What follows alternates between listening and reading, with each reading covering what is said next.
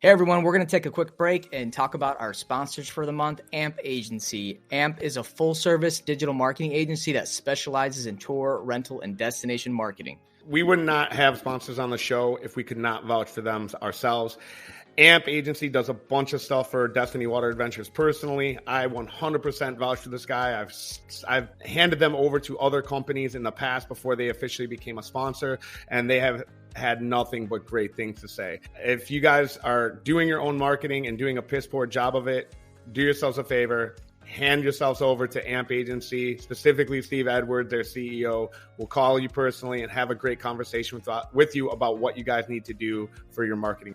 Listen, guys, they do pretty much everything in digital marketing. Website development, maintenance, Google AdWords, PPC, graphic design, social media management, SEO, and a myriad of other things. When you choose a marketing company, it's so important to choose a company that knows your industry. And AMP Agency knows activity marketing, especially water sports and tours. They got a promo going for Awkward Watersport Guy listeners for their managed websites. Use promo code Awkward Podcast when you go to amp.agency. Again, that's amp.agency, promo code Awkward Podcast. You get 3 months free and get started with AMP Agency. All right, guys, let's get back to the show. I can fall asleep. I have fallen asleep during the podcast before. You have, yeah, at least twice that I can remember.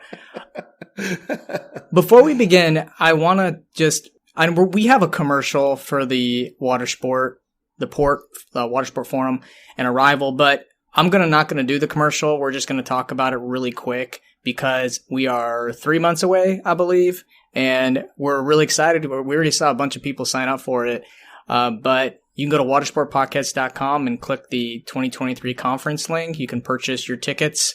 And then you can also purchase a combo ticket and stay for the rest of the week for the Arival conference, which we highly recommend. But we got a great lineup. We're almost ready to release the schedule. Probably in another a few weeks, we'll release the schedule. Really excited about who we're speaking with. Kevin and I are going to do an awesome segment about kind of the future of the water sport industry. So we're going to have the Tupac hologram, man. I can't wait. The Tupac hologram. Like he did at Coachella. He's going to get up there and do a bunch of classics like Dear Mama, Thug Life. I hope you guys are excited. Have you ever been to a conference where like they make you stand up halfway through and like do stretches and dancing and stuff? Yeah, it was horrible. And then it got like low key religious. I'm not naming names or anything, but it got religious like in the middle of it. And then there was a pastor, and he was from oddly enough, there was rappers and a pastor from a mega church there. And so there was a lot of getting up. There were witnessing, and they were like getting up to dance to the rappers. Like it was a whole hot mess of weird shit going on. So and I was not getting up. I'm like the one that says like I'm not participating. Listen, like this conference is more important this year than I think it is going to be in the next 10 years. Because what we're going through right now, and our show is about basically the economy and some really interesting trends that I've dug up recently. But you're going to want to go to this conference because the people that are going to be there, not only can they help guide you through the challenges that we're probably going to face the rest of this year, maybe next year, but you might have to realize there's some big changes you might have to make with your business, within your marketing, your audience, your product, stuff like that. Legally, yeah, especially if you're in Florida, there's some legal things, but I think this is going to be the most important decision you're going to be making for your business this year of being part of this. And also for those that have the experience that are willing to share that, we need you there too, because as a community, that's how we're going to get better. That's how we're going to push this industry forward. But anyways, this conference is going to be the single biggest decision of your life. More important than your kids, yes. No, but I do feel that way, and I'm not saying this just as a pitch. I'm saying this because this is the reality. And most people, like I told Kevin the other day, I was going to open up my schedule and start just helping folks because I've been getting so many calls lately. We're in the middle of summer, and numbers are just not. We're just not seeing the numbers we expected. Not just from Trip Shock, but a lot of y'all have told me that. And yeah, for like once in your life, you're going to have to be proactive. Exactly. You can't just sit there like 2021. You literally could go fishing with dynamite. And I was looking at our conversion numbers.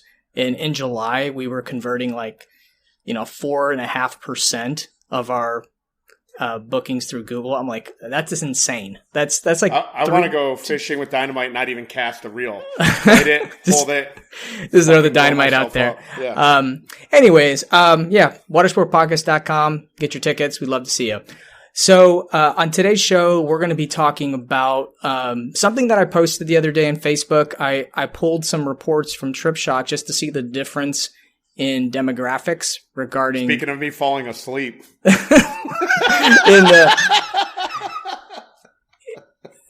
Listen, I love this stuff. Like, I know you'll see me on I've been posting. I love this stuff because, Kevin, what bugs me more than anything is not knowing why. It grinds my gears, not knowing why things are not the way they should be. Like, what are we missing? You're doing everything right, I should be making money. We should be making money. We should be converting. Like, why aren't we doing it? So, first off, I looked at jet ski rentals because our jet ski rentals are way down this year. A lot of folks that I talked to the same way. What is going on? So when I dived into it, I went to my Google Analytics and I broke it down by age demo and noticed something glaring hitting me in the face. And that was that 25 to 34 age group was way down. And I'm not talking like a little bit.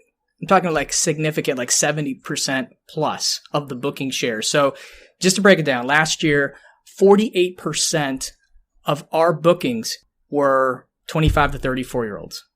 So we're talking half of my bookings for just that one demo. This year, it's down under 25% of the booking share.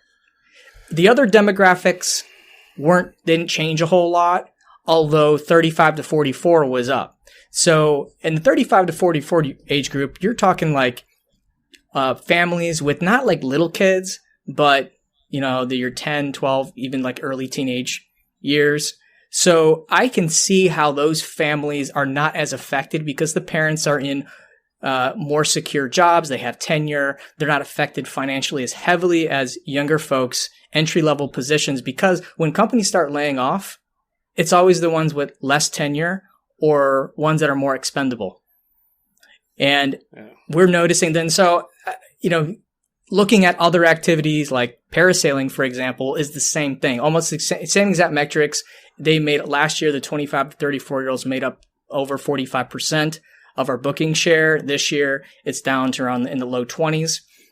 So we're seeing this trend of certain water sport activities where the younger millennials have a higher percentage of the booking share are way, way down. And then you dive into why that's the case, and it's glaring. Inflation, interest rates, it doesn't even really need to be. Go on TikTok. Go on TikTok, and every millennial and Gen Zer that's like, I don't like my rent's so high, and I live in Silicon Valley, and I make $50 an hour, and man, you don't have discretionary income, and we touched back on this a few episodes ago, and like my contention is the same now as it was then, and you don't have money for jet skis when you're not having stimmy checks and crypto money and student loan deferments and rent deferments, and you don't have to pay your bills, and you're getting all sorts of bailout money. So it's pretty. Yeah, I mean, it really makes sense, and there's data to support. Like there's one report that I read about how 73% of younger millennials are living paycheck to paycheck.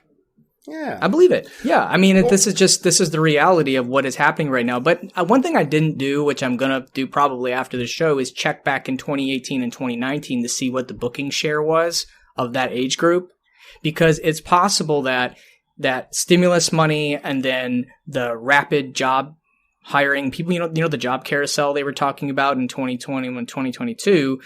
And there were some big companies offering a lot of money. Look at Facebook. I mean, they were hiring like crazy during post-COVID. So Are you tired of spending countless hours managing your water sport and boat rental reservations manually? Is your current system outdated or doesn't provide the necessary features that your business requires? Hi, I'm Greg Fisher, the CEO of WaveRes, an online reservation software built by operators for operators. With our system, you can offer 24/7 online booking to your customers, allowing them to book and pay for their rentals at their convenience. You can also send SMS notifications to your customers, keeping them updated on their reservation status and any changes that may occur. Custom options and dynamic pricing enable you to offer tailored packages to your customers, helping you stand out from your competitor. Plus, our system integrates with companies like Werewolf Digital Waivers and TripShock, streamlining your operations and ensuring a seamless booking experience for your customers. Our software is the best choice for water sport and boat tour operators as it is designed to cater specifically to your needs. So why waste any more time on manual reservation management? Try WaveRes today and take your business to the next level. For a limited time, mention this ad and receive a $100 credit when you sign up. Check out waveres.com for more info or to schedule a free demo. Now let's get back to the show. If you look at rents too, of course, like rents are going up. And I mean, obviously you can put some of that toward, institutional investment in the marketplace. There's some absurd amount of homes are owned by institutional investors.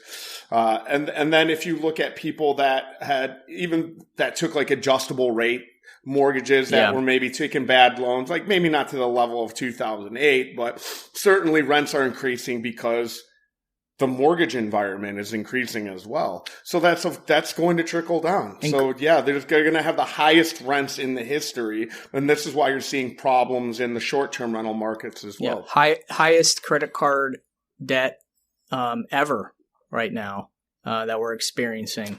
And I'm not necessarily, I'm kind of in a similar situation because I took a couple $100,000 out to renovate my home. And when I took the money, it's a liquidity access line. And when I did the loan, it was 3.5% interest rate. And it's a variable rate. So now it's 7.2. So I'm paying, twice as much interest, which is well over $1,000 less money I have every month to spend or save. So I can see people in similar situations that are like, okay, they have to make some difficult decisions on how they travel or, what they decide to do.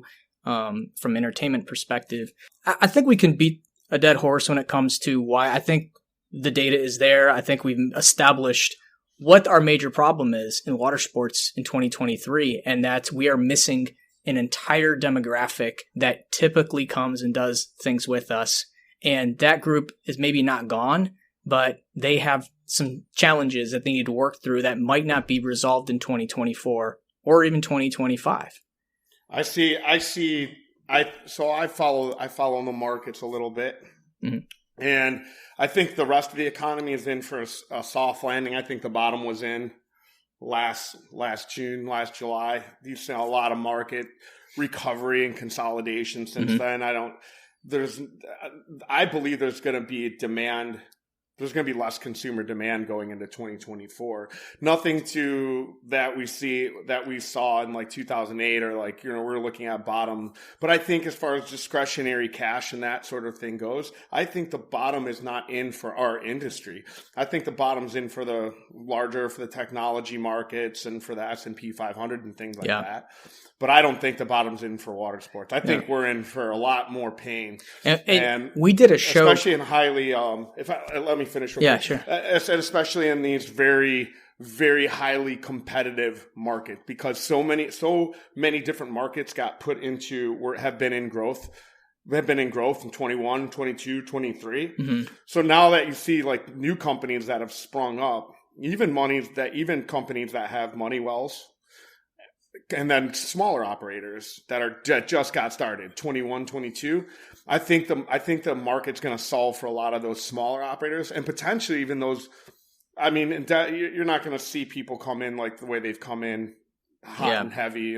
But I think that there's going to be a lot more pain for companies that have not established themselves. You look at, your biggest bitch this year has been Google cost, right? So those of us that have built a client base over the last 5 or 10 years, those of us who are leaning on our retention model, those of us that are leaning on the returning customers versus those who haven't even built up a proper email list yet and are solely focused on Google Ads, I think there's going to be a lot of pain in for those operators that just got started during the COVID boom. I agree. We did a show in November, December of last year, and we said that 2023 probably going to be a good year.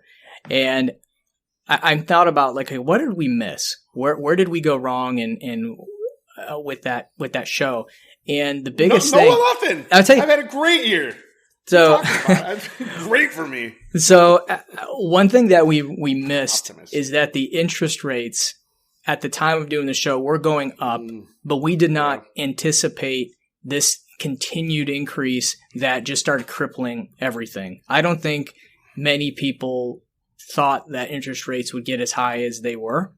Maybe. We're the lowest we have been now. So CPI is at 3% right now. So we've actually sort of hit like a ceiling with that, and so we've been at actually the lowest since the rate hikes increase, and they brought it another quarter.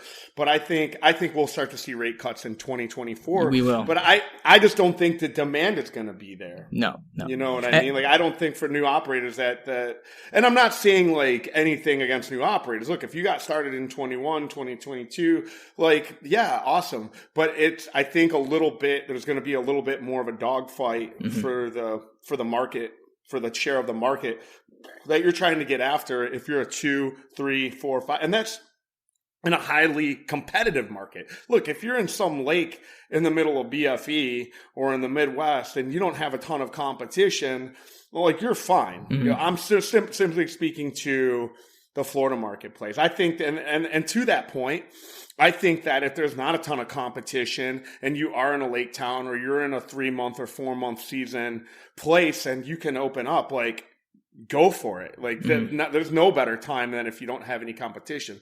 But this Florida market that we're up here in North Florida, the South Florida, Miami, the Keys, a lot of those small operators that haven't been in business for a long time or just getting started or have hopes to get started, like even rate cuts coming in at 24, they're going to be nowhere near the way we were borrowing 21 and 22. Those numbers are far, far, far away. So there is some good news, and that is your 35 to 44 age group has been strong. They got a lot more booking share than they did previous year. They're kind of making up for what we're losing with the younger demo. So it leads me to the next kind of thought is, what do we do now that we know that we're losing this younger millennial group? We might lose them again next year. How do we make up for that? And how do we change our business to accommodate an older traveler or say like, we're going to see more older families.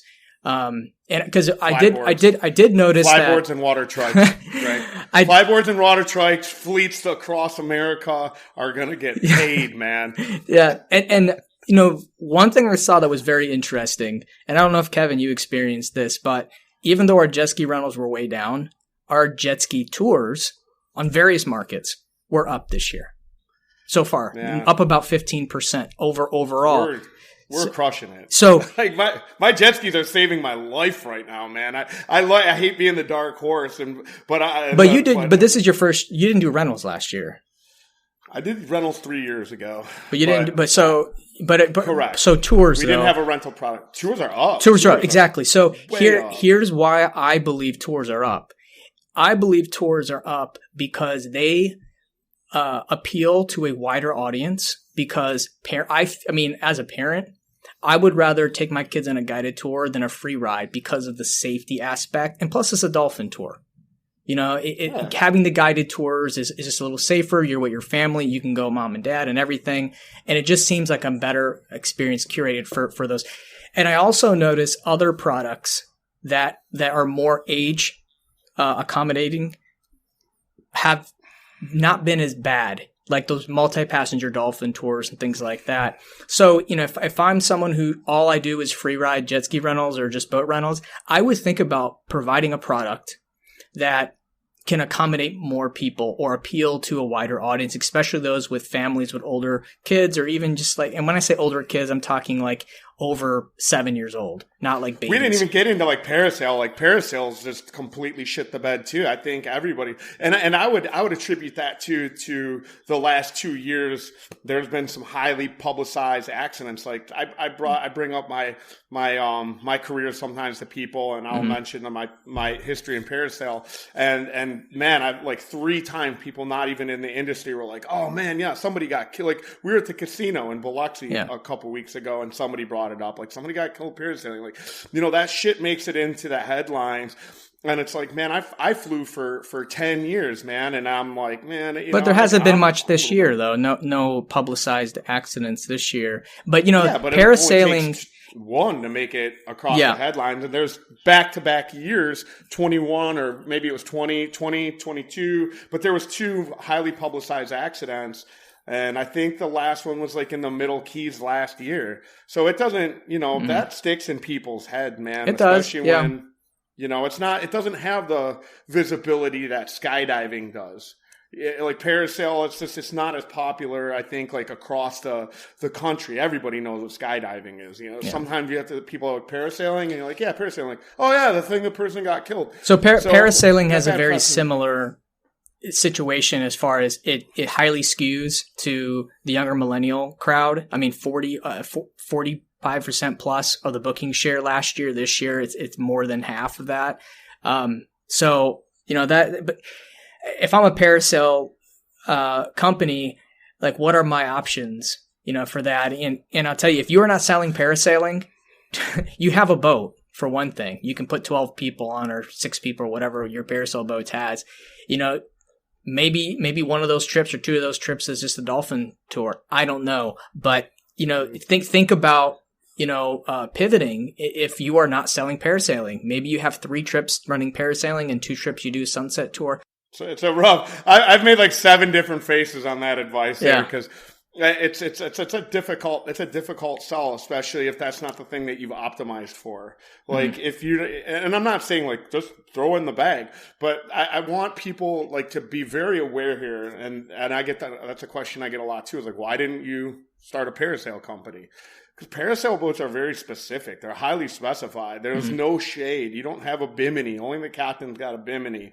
Like you're shoved in there with people. You can't get up and walk around. It's very That's a narrow great point. vessel. I haven't thought about that. Yeah. So people I've seen people try to pivot like with banana boating before, but keep that in mind. If you're listening to this and you're like, yeah, man, you know, and if the parasail doesn't really go, you know, we can do this with the boat. Like understand that boat is built to parasail and it's not sustainable. So if you're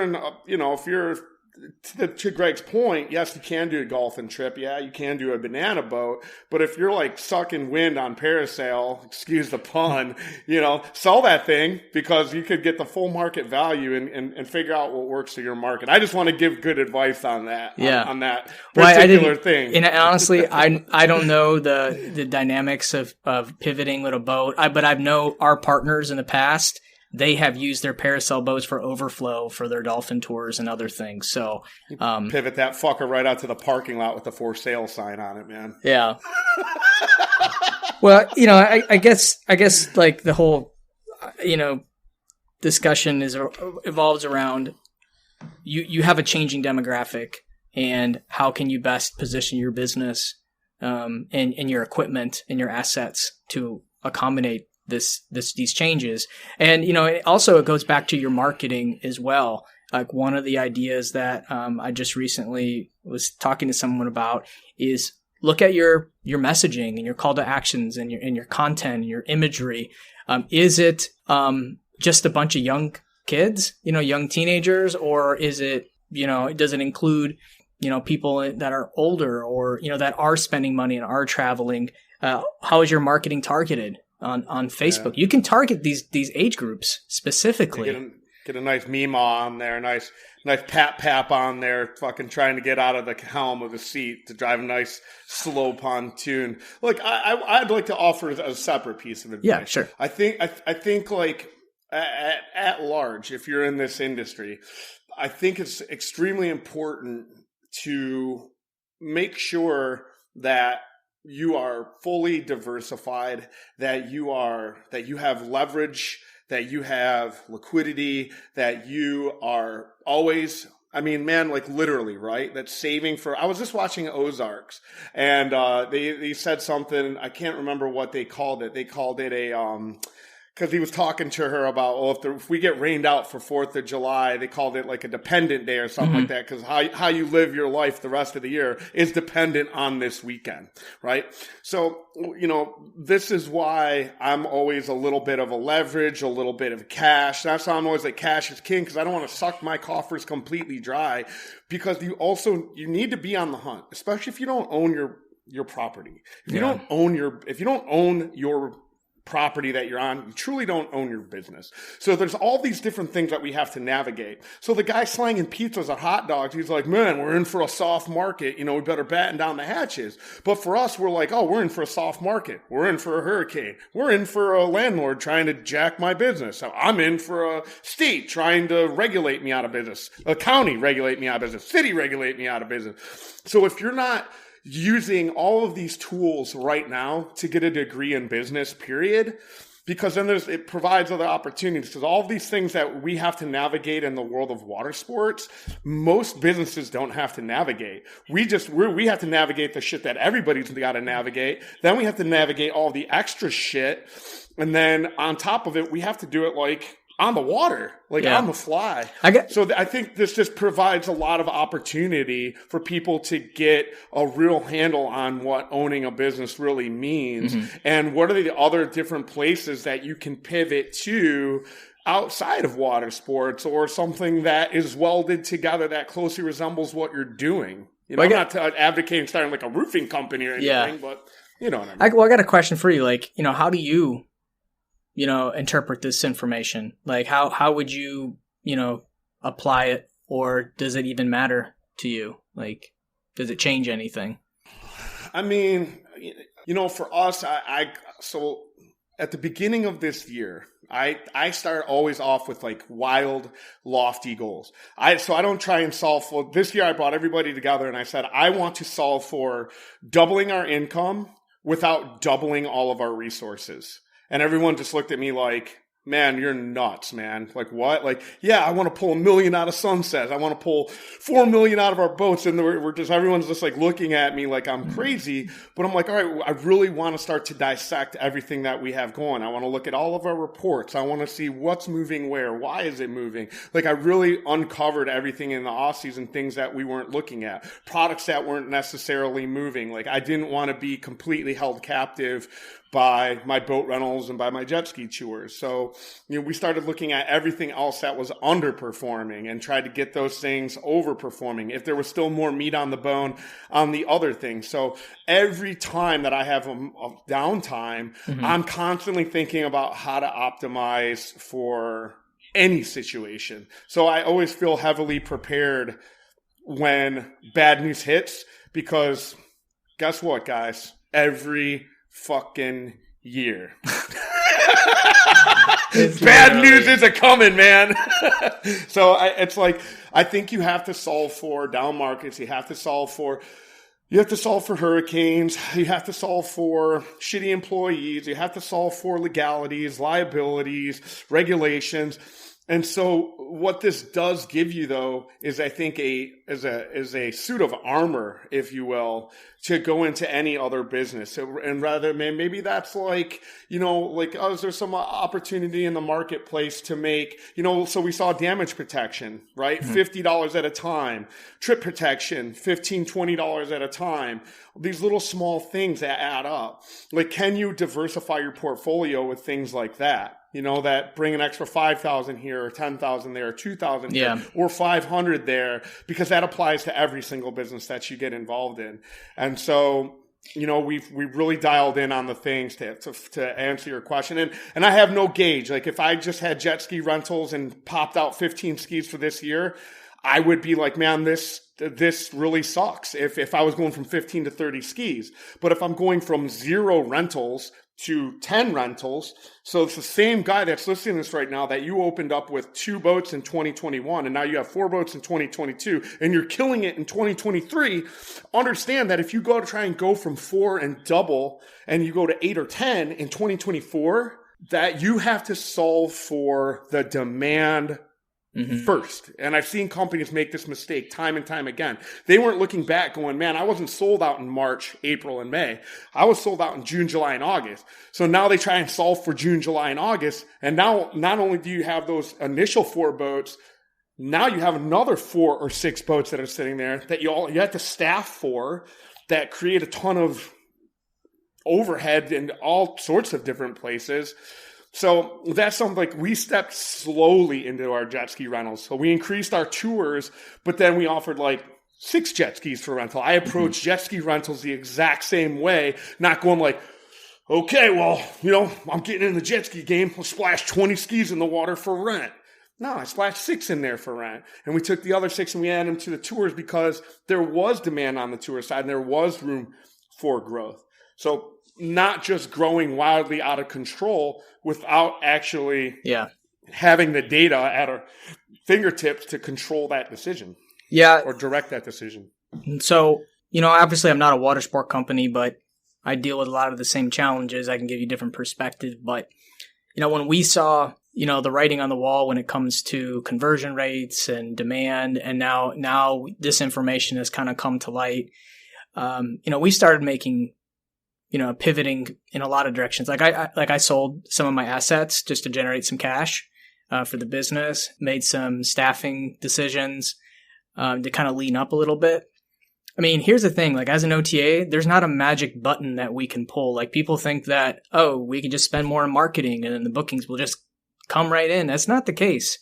Like we deal with the same challenges as a small operator do. Like we have to make, and for us, it's even harder because we only make 20 to 25% on every single booking. So, our return on ad spend has to be phenomenal. Like we really have to dig deep to find where the margins are. So for us, like raising cash, getting lean, and making very smart and calculated decisions to get us through the next 12 to 18 months, because I do not anticipate 2024 being better than 2023. Now, I will say it will be better from a point of preparation. We came into 2023 thinking it would be similar to 2022. That was a mistake. Now we're going to go in 2024 with the anticipation that it's going to be similar to 2023. So we will budget starting on January 1st. Market and product dependent, though. I think there needs to be exactly. Yeah. You look at this through a lens of overall. Yes. Right. But like depending on the market you're in, like Sean in Texas, man, he's having a bang up year.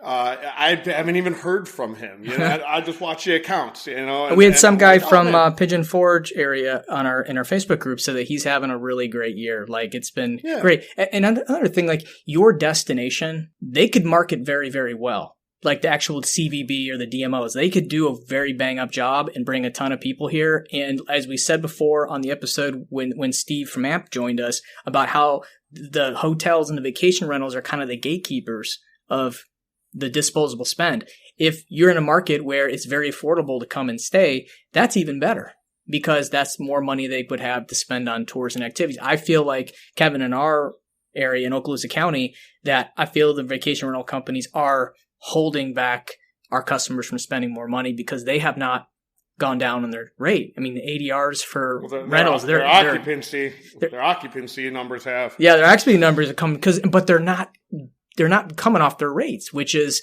hurting us. They need to come off their rates to get the occupancy back to where it was. But anyways, that's a little bit about what, I'm doing and what I'm looking at. And obviously I'm looking at this demographic data when it comes to our marketing.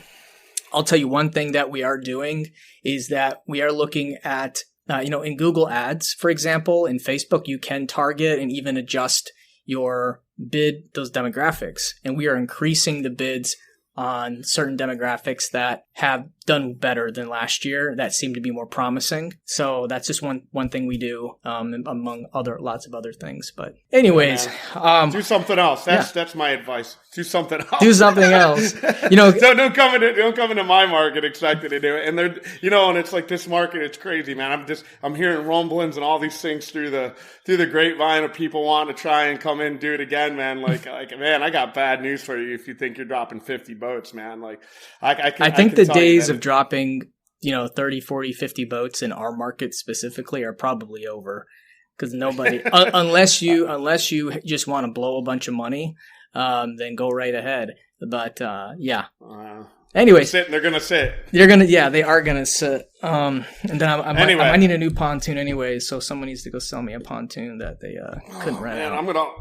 I'm thinking about liquidating a little bit of my fleet and going down, man, like to your entire point, man, like, doing some layoffs. Hope none of my employees are listening. Those of you, any employees that are listening to this, those of you if you're worried about being laid off, then you probably should be. All right. Well, we're going to end on that note, but we appreciate y'all listening. And as always, keep it awkward.